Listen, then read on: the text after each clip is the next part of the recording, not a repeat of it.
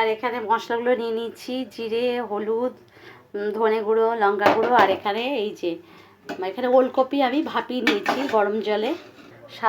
সাথে ফোড়নের জন্য এখানে জিরে, মানে মানে গরম মশলা। তো এখানে তো সবগুলো ফোড়ন দেওয়ার মতো নিয়েছি। এখানে মটরশুঁটি নিয়েছি, এখানে টমেটো আর আদা, রসুন, পেঁয়াজ, এগুলো মাংস মানে আলুর দম যেভাবে হয় সেভাবেই করব। আর এখানে আলু কেটে নিয়েছি। তো এখানে তেল দিয়ে দিয়েছি আর ফোড়নগুলো আমি এক এক করে দিয়ে দিচ্ছি। তো এখানে মশলাটা ভালো করে ভাজা হয়ে গেছে, তাই পেঁয়াজগুলো দিয়ে দিচ্ছি। পেঁয়াজটা ভাজা হয়ে গেছে, আমি আদা রসুনটা দিয়ে দিলাম। এটা একটু ভালো করে ভেজে নেব।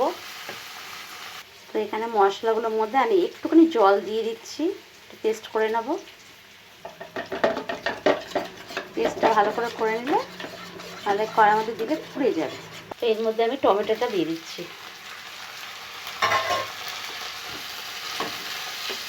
এটা না পুরো যেভাবে চিকেন রান্না করো বা আলুর দম যেভাবে রান্না করো সেইভাবে যদি ওলকপিটা করা যায় খুবই কিন্তু খেতে ভালো লাগে। তো এখানে কিন্তু আমার পুরো ভাজা হয়ে গেছে। এবার আমি মশলাটা দিয়ে দেবো। একটু ভালো করে নেড়ে চেড়ে নেবো। যতক্ষণ না তেল ছেড়ে যাচ্ছে ততক্ষণ আমি কষিয়ে যাবো। তো এই মশলার মধ্যে আমি কিন্তু একটু আলুর দমের মশলা দিয়ে দিচ্ছি, এটাতে গন্ধটা আরও সুন্দর হয়।